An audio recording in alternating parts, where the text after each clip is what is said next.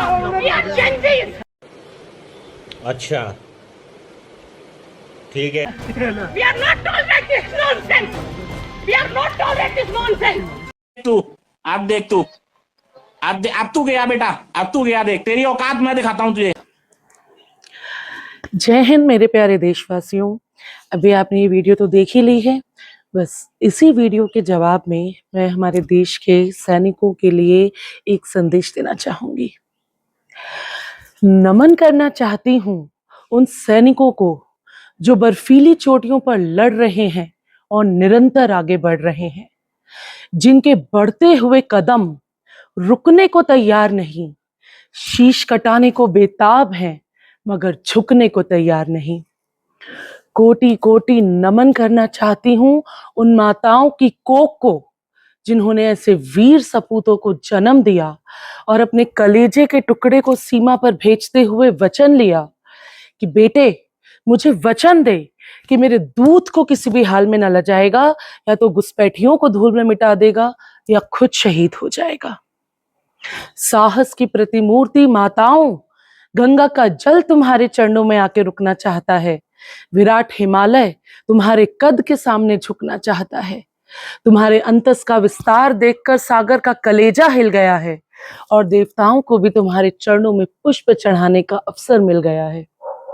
प्रणाम करना चाहती हूँ उन पिताओं को जो स्वयं मुखाग्नि दे रहे हैं अपने बेटों की चिताओं को, मगर उनकी आंखों से आंसू नहीं बह रहे, बल्कि वो फक्र से कह रहे हैं कि बेटे की शहादत का ना ही मुझे कोई दुख है, ना ही कोई गिला है, बल्कि फक्र है कि ऐसे वीर की अर्थी को कंधा देने का अवसर तो मिला है।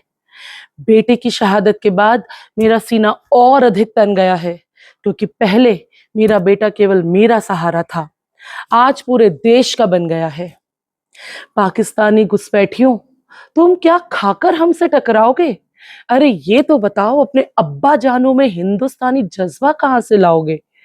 तुम्हारे नवाबजादे छोटी सी सल्तनत के लिए अपने अब्बा जानों को टुकड़ों में काट सकते हैं, और हमारे प्रभु श्री राम पिता की छोटी सी इच्छा के लिए 14 बरस का वनवास काट सकते हैं।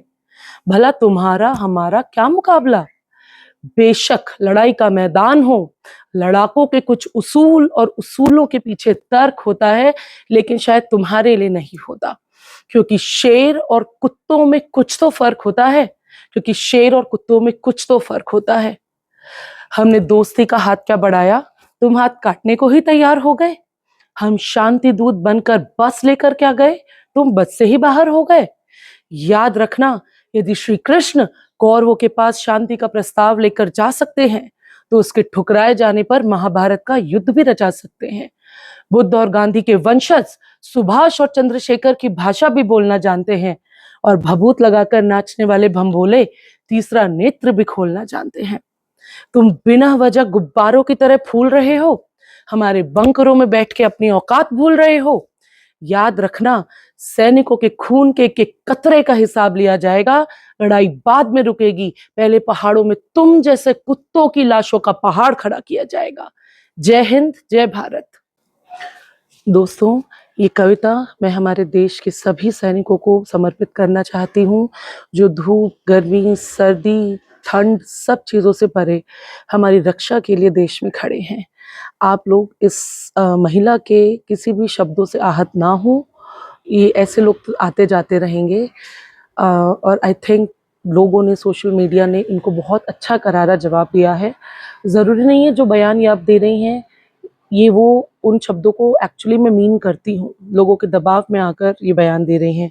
किसी के भी बयान से, किसी के भी शब्दों से आपकी गरिमा कभी भी कम नहीं होगी। आप हमारे देश के रक्षक हैं, हमारे सब कुछ हैं और रहेंगे। आपके लिए जो सम्मान हमारे दिलों में है वो हमेशा रहेगा। जय हिंद, जय भारत। कृपया जैसे इन देवी जी की वीडियो को वायरल किया है, इस वीडियो को भी वायरल करिए, ज़्यादा से ज़्यादा लोगों तक इस वीडियो को पहुंचाइए। ज़्यादा से ज़्यादा सैनिक, सभी हमारे जो देश के लिए काम कर रहे हैं उन तक ये वीडियो जाए, ताकि उन्हें भी पता चले, उन्हें भी खुशी हो कि हम उन्हें कितना प्यार करते हैं, उनके लिए क्या महसूस करते हैं। और इस वीडियो के साथ मैंने एक वीडियो को और टैग किया है, प्लीज़ उसको भी देखिए। हर इंसान के अंदर देशभक्ति की या थोड़ी सी पेशेंस की भावना क्यों होनी ज़रूरी है, वो उसमें आपको पता चलेगा। जय हिंद, जय भारत। तो भी मैसेज पहुंचाना चाहूंगी, सब छोड़ के आ जाओ सेना। किसी को बॉर्डर पे काम करने की जरूरत नहीं है। आप लोग हो अच्छे पागल, सेना पे काम कर रहे हो, बॉर्डर पे अपना परिवार, बीवी, बच्चे सब छोड़ के, जान भी चली जाए तो किसी को पता ही नहीं कि भाई जान भी चलेगी। देशवासी सिर्फ 15 अगस्त को 15 अगस्त मनाने आते हैं, उससे ज्यादा किसी में देशभक्ति की भावना नहीं है। ट्रेन में अगर कोई सोल्जर मिल जाए तो कोई किसी को देता है अपनी सीट? लड़ाई जरा जरा सी बात पे तो लोग लड़ाई करने लगते हैं। ये तेरी पार्किंग, ये मेरी पार्किंग, या मेरी गाड़ी खड़ी होनी थी। आजकल तो न्यूज में कितना आ ही रहा है, गाड़ी की पार्किंग के लिए मार दिया, इसके लिए मार दिया, उसके लिए मार। कहाँ है किसी में देशभक्ति की भावना? ये तो सिर्फ दिखाने का है कि 15 अगस्त को आगे झंडा लहरा दिया। तो असली देशभक्ति ये है, अपने अंदर थोड़ी सी इंसानियत लाइए, दूसरे के लिए थोड़ा सा भाव, थोड़ी सिंपथी की भावना हर इंसान के लिए रखिए। हर इंसान अपने अंदर थोड़ा थोड़ा सोचेगा ना, तो सबके अंदर थोड़ा थोड़ा कहीं तक तो वो जाएगा। 15 अगस्त पे झंडा लहराने से सिर्फ कुछ नहीं होता, एक प्रोग्राम करने से, लड्डू खाने से कुछ नहीं होता। थोड़ा सा हर इंसान ये सोचेगा कि हमें संवेदनशील बनना पड़ेगा दूसरे इंसान के लिए। उसको समझिए क्यों है, क्या है, हर किसी की प्रॉब्लम समझिए लाइफ में। तभी हम जब तक मिलजुल के काम नहीं करेंगे तब तक 15 अगस्त मतलब मेरे हस्बैंड जब पहले जाते थे मीटिंग्स के लिए, रात को 12-12, 1-1 बजे आ रहे हैं, घाट सेक्शन से जाते थे, सिग्नल भी नहीं आते थे। एक बार की बात मुझे याद है, 12:30 बजे आए थे धार से कहीं से, मैंने इनको सड़क पर इतना गुस्सा किया, मैंने कहा तुम्हारे ऑफिस वालों को बोलो जितनी मीटिंग रखनी है दिन में रखें, रात में 12:30, 1 बजे आने की जरूरत नहीं है। हमें कितनी चिंता होती है हमारे पति की अगर एक्सीडेंट हो जाए, उस घाट पे चोर वोर भी रहते हैं, कोई हो जाए तो आपकी वाइफ तो कैसी रहती होंगी, या जो भी सोल्जर्स है तो उनकी बीवियां कैसी रहती होंगी? वो तो हर समय सोचती होंगी अरे कब हमारा पति निकल ले। फैक्ट तो यही है, प्रार्थना तो यही करती होंगी भाई 100 साल जिए। तो जो लोग काम कर रहे हैं सेना पे, जो लोग हैं, उनके लिए दिल में बहुत सारी संवेदनशीलता रखिए, और उनके लिए तो रखिए, छोड़िए, पहले जो आपके आसपास है उनके प्रति थोड़ी संवेदनशीलता रखिए। हर किसी के लिए सपोर्ट कीजिए, साथ के जो छोटी छोटी बात पे ना लड़ाई झगड़ा मत करिए। आपके लिए स्पेसिफिक नहीं है, सोसाइटी के लिए एक मैसेज है कि लड़ाई झगड़ा करना हर किसी के लिए जरूरी नहीं है। प्यार से रहेंगे तो हम सब एक देश एकत्र होकर रहेगा, और वो जो एक सपना है ना देश को एक करने का, वो तभी पूरा हो पाएगा। सही है कि गलत है? समस्त अधिकारी और हमारे पुलिस साथी आज साहब के 15 अगस्त के उपलक्ष्य में जो हमारे मैडम ने इतने अच्छे शब्द बोले हुए हैं जिनकी मैं बखान भी नहीं कर सकता हूँ। इतना अच्छा शब्द कहाँ से मैडम आपने सीखे हैं? पूरी हमारी फौज के बारे में सब कुछ बता दिया, और देश के बारे में, और गीता के बारे में, भागवत के बारे में, सब चीज़ के बारे में बता दिया। इतना अच्छा सुन करके इतना अच्छा लगा तो किसी को इसी मान नहीं। और आज 15 अगस्त से सबको पता है, बहुत ही अपना देश आज़ाद हुआ है, और इसके उपलक्ष्य में अब 15 अगस्त और 26 जनवरी सबको मनाते हैं, और तो राष्ट्रीय पर्व है, और इससे आगे तो कुछ नहीं।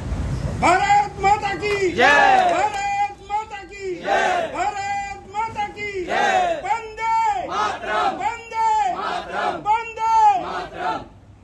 फ्रेंड्स, ये कविता मैंने मेरे हस्बैंड के ऑफिस में 10 सेना के रिटायर्ड जवानों के सामने सुनाई थी, क्योंकि वो SBI में एक बड़े पद पे अधिकारी हैं। तो उनकी ब्रांच में जो हैं काफ़ी सारे गार्ड्स होते हैं जो कि सेना के रिटायर्ड जवान होते हैं। और यकीन मानिए कविता सुन के जो उनकी आंखों में खुशी थी वो देखते ही बनती थी। जो आशीर्वाद उन्होंने मुझे दिया कि किसी ने इतनी खूबसूरती से उनके स्ट्रगल्स, उनकी लाइफ, उनके जो उनकी भावनाएं हैं उनके बारे में किसी ने बोला, इतने अच्छे से उन्हें व्यक्त किया, और बहुत बहुत आशीर्वाद उन्होंने हमें दिया। बहुत खुश थे, हमने उन सबको गिफ्ट्स भी दिए, उनका आदर किया, सम्मान किया।